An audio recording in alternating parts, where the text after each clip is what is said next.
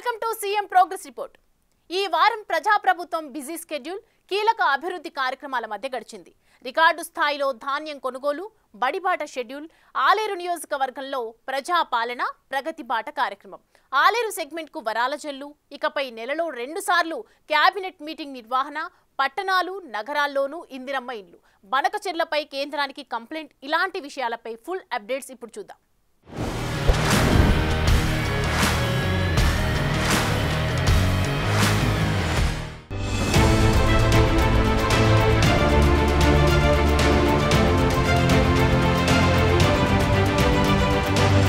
ధాన్యం కొనుగోళ్లను సీరియస్ గా తీసుకున్న తెలంగాణ ప్రభుత్వం ఆ దిశగా రికార్డు సృష్టించింది. ఈసారి రుతుపవనాలు త్వరగా రావడంతో కొనుగోళ్లను అనుకున్న టైం కంటే ముందుగానే వేగంగా చేపట్టడంలో సక్సెస్ అయింది.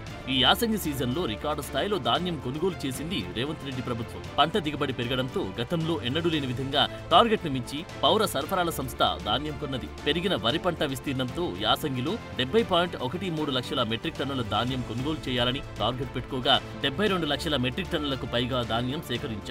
కొనుగోలు ప్రక్రియ ముగిసేలోగా మరో 2 లక్షల మెట్రిక్ టన్నుల వరకు వచ్చి అవకాశం ఉందంటున్నారు. గతేడాది యాసంగి సీజన్ తో పోలిస్తే ఈ సీజన్ లో సుమారు 25 లక్షల మెట్రిక్ టన్నులకు పైగా ధాన్యాన్ని అధికంగా సేకరించే పరిస్థితి ఏర్పడింది. నిజామాబాద్, నల్గొండ, కామారెడ్డి, సూర్యాపేట, పెద్దపల్లి, సిద్దిపేట, జగిత్యాల వంటి జిల్లాలో పండించిన సన్నాలను ప్రైవేట్ వ్యాపారులు, మిల్లర్లు ప్రభుత్వం ఇచ్చే బోనస్ ధరను కూడా ఇచ్చి పెద్ద ఎత్తున కొనడంతో పౌర సరఫరాల శాఖ ఏర్పాటు చేసిన కొనుగోలు కేంద్రాలకు సన్న వడ్లు పెద్దగా రాలేదు. ఈ యాసంగి సీజన్ లో మొత్తం ధాన్యం విలువ 16,547 కోట్లు కాగా ఇప్పటి వరకు 14,740 కోట్లను రేవంత్ ప్రభుత్వం రైతుల ఖాతాలో జమ చేసింది. మరో 1,807 కోట్లు రైతులకు చెల్లించాల్సి ఉంది.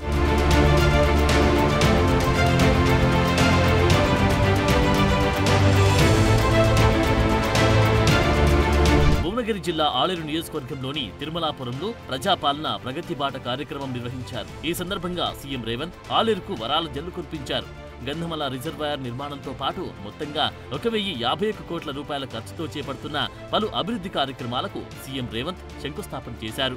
ఆలేరు ప్రజల చిరకాల కోరిక గంధమల్ల ప్రాజెక్టుకు 574.56 కోట్లు, అలాగే 200 కోట్లతో యంగ్ ఇండియా రెసిడెన్షియల్ స్కూల్, 183 కోట్లతో మెడికల్ కాలేజీ భవనం, 25.50 కోట్లతో యాదగిరిగుట్ట మున్సిపాలిటీలోని మంచినీరు, డ్రైనేజీ, సీసీ, బీటీ రోడ్లు, 7.50 కోట్లతో కొలనుపాక గ్రామంలో హైలెవెల్ బ్రిడ్జి, 6 కోట్లతో కాల్వపల్లి గ్రామంలో హైలెవెల్ బ్రిడ్జి, 8.25 కోట్లతో మోటకొండూరు మండలంలో తహసీల్దార్, ఎంపీడీఓ కార్యాలయాలు, పోలీస్ స్టేషన్, 22.75 కోట్లతో దాతర్పల్లి గ్రామంలో 20,000 మెట్రిక్ టన్నుల సామర్థ్యం గల గోడౌన్లు, 21.14 కోట్లతో ఆలేరు అసెంబ్లీ సెగ్మెంట్ బీటీ రోడ్లు, 2.75 కోట్లతో ఆలేరు మార్కెట్ కమిటీలో 2,500 మెట్రిక్ టన్నుల సామర్థ్యం గల గోడౌన్లు నిర్మించనున్నారు. అలాగే వైటీడీఏ ఆధ్వర్యంలో విద్యా సంస్థలను యూనివర్సిటీ స్థాయికి అభివృద్ధి చేయడమే కాకుండా దాన్ని దేశంలోనే ఒక గొప్ప యూనివర్సిటీగా గుర్తింపు తెస్తామన్నారు సీఎం. టీటీడీ నిర్వహిస్తున్న తరహాలో గోశాల అభివృద్ధి, సంక్షేమ కార్యక్రమాలు, ఆధ్యాత్మిక సేవలను వైటీడీఏ ఆధ్వర్యంలో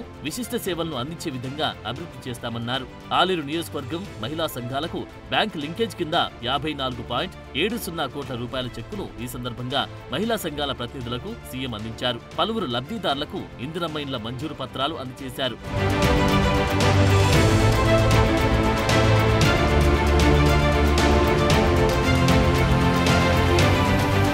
ఇందిరమ్మ ఇళ్ల పథకాన్ని ప్రతిష్టాత్మకంగా తీసుకున్న తెలంగాణ ప్రభుత్వం ఈ విషయంలో మరో ముందడుగు వేసింది. ఇకపై పట్టణాలు, నగరాల్లోనూ ఇందిరమ్మ ఇళ్లను నిర్మిస్తామన్నారు మంత్రి పొంగులేటి శ్రీనివాసరెడ్డి. శుక్రవారం రోజు సచివాలయంలో సమీక్షా సమావేశం నిర్వహించారు. ఇందిరమ్మ ఇళ్ల నిర్మాణం గ్రామాల్లో ఇప్పటికే ఓ కొలిక్కి వచ్చింది. ఇకపై పట్టణాలు, నగరాల్లో ఇందిరమ్మ ఇళ్ల నిర్మాణానికి ప్లాన్ చేస్తున్నారు. హైదరాబాద్ కు దూరంగా ఇండ్లను నిర్మించి ఇస్తే జీవనోపాధికి ఇబ్బంది కలుగుతుందన్న ఉద్దేశంతో పేదలు అక్కడికి వెళ్లడం లేదని గుర్తించారు. గతంలో హైదరాబాద్ కు దూరంగా 42,000 ఇళ్లను నిర్మించగా 19,000 మంది మాత్రమే అక్కడికి వెళ్లారని, క్షేత్రస్థాయిలో పరిశీలిస్తే 13,000 మంది మాత్రమే ఇళ్లలో ఉంటున్నట్టు తేలిందని ప్రభుత్వం గుర్తించింది. ఈ అంశాలను పరిగణలోకి తీసుకుని హైదరాబాద్ లోని 16 స్లమ్ ఏరియాలో పేదలున్న చోటి G+3 పద్ధతిలో ఇందిరమ్మ ఇళ్లను నిర్మించాలని నిర్ణయించామన్నారు పొంగులేటి. వరంగల్, నిజామాబాద్, మహబూబ్ నగర్, నల్గొండ, కరీంనగర్ తదితర ఉమ్మడి జిల్లాల కేంద్రాల్లోనూ ఇదే విధానాన్ని అమలు చేసేలా కార్యాచరణ రూపొందిస్తున్నామన్నారు.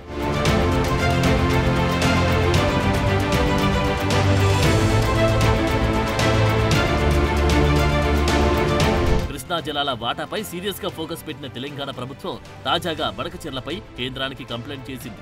ఈ బడకచెర్లతో తెలంగాణకు అన్యాయం జరుగుతుందని నీటిపారుదల శాఖ మంత్రి ఉత్తమ్ కుమార్ రెడ్డి అన్నారు. అంతర్రాష్ట్ర జల విధానాలకు జీఆర్ఎంపీ, సిడబ్ల్యూసీ, ఎపెక్స్ కౌన్సిల్ నిబంధనలకు విరుద్ధంగా బడకచెర్ల ప్రాజెక్టు ఉందన్నారు. ఈ ప్రాజెక్టును తెలంగాణ ఎట్టి పరిస్థితుల్లోనూ అంగీకరించదని, బడకచెర్ల ప్రాజెక్టుపై అభ్యంతరం తెలుపుతూ కేంద్ర మంత్రులు సిఆర్ పాటిల్, నిర్మలా సీతారామన్ కు లేఖలు రాశామని తెలిపారు.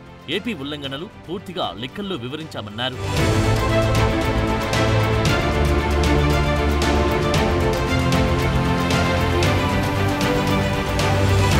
ఇకపై ప్రతి నెల 2 సార్లు రాష్ట్ర మంత్రివర్గ సమావేశాలు నిర్వహించాలని తెలంగాణ ప్రభుత్వం కీలక నిర్ణయం తీసుకుంది. విధానపర నిర్ణయాల్లో ఆలస్యం లేకుండా స్పీడ్ పెంచాలని ప్రభుత్వం భావిస్తుంది. అందుకే 2-3 నెలలకోసారి కాకుండా 15 రోజులకోసారి మంత్రివర్గ సమావేశాలు నిర్వహించాలని సీఎం రేవంత్ రెడ్డి నిర్ణయించారు.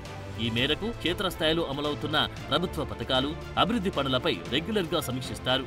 ప్రతి నెల మొదటి 3 శనివారాల్లో క్యాబినెట్ భేటీ నిర్వహించాలని ప్రభుత్వం యోచిస్తోంది.